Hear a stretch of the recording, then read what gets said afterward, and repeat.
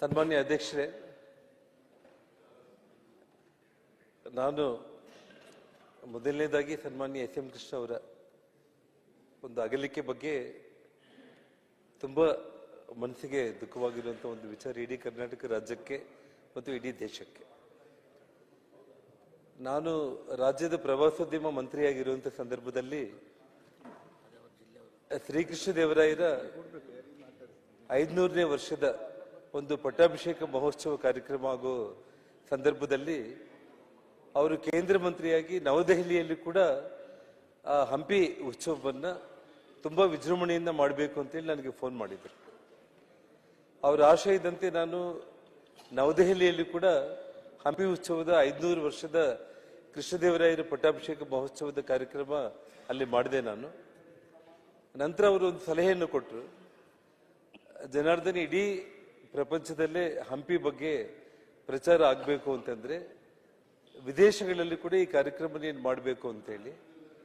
ಅದರಂತೆ ಸನ್ಮಾನ್ಯ ಯಡಿಯೂರಪ್ಪ ಅವರ ಪರ್ಮಿಷನ್ ತಗೊಂಡು America, London, Switzerland, Brazil, France 5 ದೇಶಗಳಲ್ಲಿ ಕೂಡ ನಾನು ಹಂಪಿಯ ಒಂದು 500ನೇ ವರ್ಷದ ಪಟ್ಟಾಭಿಷೇಕ ಮಹೋತ್ಸವದ ಕಾರ್ಯಕ್ರಮ ಮಾಡಿದ್ದು. ನವದೆಹಲಿಯಲ್ಲಿ ಸುಮಾರು 4 ಗಂಟೆಗಳ ಕಾಲ ನನ್ನ ಜೊತೆಯಲ್ಲಿ ಆ ಕಾರ್ಯಕ್ರಮದಲ್ಲಿ ಅವರು ಭಾಗಿಯಾಗಿದ್ದು ನನ್ನ ಅದೃಷ್ಟ ಅಂತೇಳಿ ನಾನು ಭಾವಿಸ್ತಾ ಇದ್ದೀನಿ ಅಧ್ಯಕ್ಷರೇ.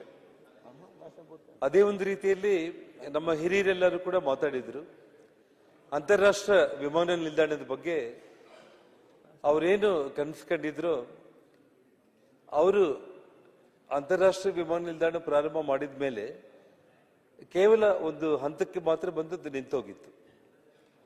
ನಾನು ಮೂಲಭೂತ ಸೌಲಭ್ಯ ಸಚಿವನಾಗಿರುವಂಥ ಸಂದರ್ಭದಲ್ಲಿ ಅವ್ರು ನನ್ನನ್ನು ಮನೆಗೆ ಕರೆದು ನಾನು ಮಾಡಿರುವಂಥ ಎಂಟೈರ್ ಪ್ಲಾನ್ ನೀನೊಂದ್ಸಲ ರಿವ್ಯೂ ಮಾಡಿ ನೋಡಿ ಜನಾರ್ದನ್, ನೀನು ಕೇವಲ ಅವರು ಪ್ರಾರಂಭ ಮಾಡಿದ್ದಾರೆ, ಬಟ್ ಪೂರ್ತಿ ನನ್ನ ಕನಸು ಇನ್ನೂ ಪೂರ್ತಿ ಆಗಿಲ್ಲ ಅಂತ ಹೇಳಿ ಒಂದು ಮಾತನ್ನು ಹೇಳಿದ್ರು.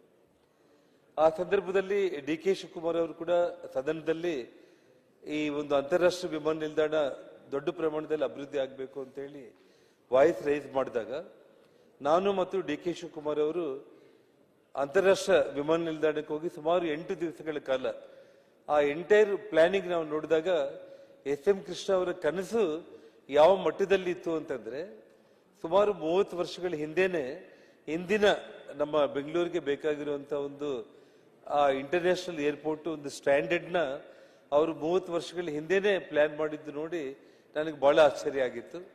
ಅದಾದ್ಮೇಲೆ ಆ ಎಂಟೈರ್ ಇಂಟರ್ನ್ಯಾಷನಲ್ ಏರ್ಪೋರ್ಟ್ ಇವತ್ತೇನು ನಾವು ನೋಡ್ತಾ ಇದ್ದೀವಿ, ಇಡೀ ಜಗತ್ತೇ ನೋಡುವಂತ ಒಂದು ಏರ್ಪೋರ್ಟ್ ನ ನಿರ್ಮಾಣ ಮಾಡೋದಕ್ಕೆ ಸಂಸ್ಥೆಯವರಿಗೆ ಒಂದು ನೋಟಿಸ್ ಕೊಟ್ಟು ಆ ನೇಮಿತ ಕಾಲಾವಧಿಯಲ್ಲಿ ಅದನ್ನು ಮಾಡಬೇಕು ಅಂತ ಹೇಳಿದಾಗ ಇವತ್ತು ನಾವು ನೋಡ್ತಾ ಇರುವಂತ ಒಂದು ಅಂತಾರಾಷ್ಟ್ರೀಯ ವಿಮಾನ ನಿಲ್ದಾಣ ಅದು ಎಸ್ ಎಂ ಕೃಷ್ಣ ಅವರ ಕನಸಿನ ನಿಲ್ದಾಣ ಅಂತ ಹೇಳಿ ನಾನು ಹೇಳೋದಕ್ಕೆ ಇಷ್ಟಪಡ್ತೇನೆ. ಜೊತೆಗೆ ನಿರ್ಮಾಣಕರ್ತ ಅಂತ ಹೇಳಿ ಹೇಳ್ತಾರೋ, ಆಧುನಿಕ ಬೆಂಗಳೂರು ನಿರ್ಮಾಣಕರ್ತ ಅಂದ್ರೆ ಅದು ಎಸ್ ಎಂ ಕೃಷ್ಣ ಅವರು. ಇವತ್ತೇನು ಕೆಂಪೇಗೌಡರ ಪುತ್ಥಳಿಯನ್ನ ಅಂತಾರಾಷ್ಟ್ರೀಯ ವಿಮಾನ ನಿಲ್ದಾಣದಲ್ಲಿ ನಿರ್ಮಾಣ ಮಾಡಿದ್ದಾರೋ ಅದೇ ಒಂದು ರೀತಿ ಆ ಭಾಗದಲ್ಲಾಗ್ಲಿ ಅಥವಾ ಸುವರ್ಣ ಸೌಧದಲ್ಲಾಗ್ಲಿ ಅವರ ಪುತ್ಥಳಿಯನ್ನ ನಿರ್ಮಾಣ ಮಾಡೋದ್ರ ಮೂಲಕ ಅವರಿಗೆ ಗೌರವ ಸಲ್ಲಿಸೋದಂತ ವಿಚಾರ ರಾಜ್ಯ ಸರ್ಕಾರ ಮಾಡಬೇಕು ಅಂತ ಹೇಳಿ ಅವ್ರ ಇಡೀ ಕುಟುಂಬಕ್ಕೆ ಒಂದು ದುಃಖವನ್ನು ಭರಿಸುವಂತ ಒಂದು ಶಕ್ತಿ ಭಗವಂತ ನೀಡಲಿ ಅಂತ ಹೇಳಿ ನಾನು ಆ ದೇವರಲ್ಲಿ ಪ್ರಾರ್ಥನೆಯನ್ನ ಮಾಡಿ ನಾನು 2 ಮಾತನ್ನ ಮುಕ್ತಾಯ ಮಾಡ್ತಾ ಇದ್ದೀನಿ.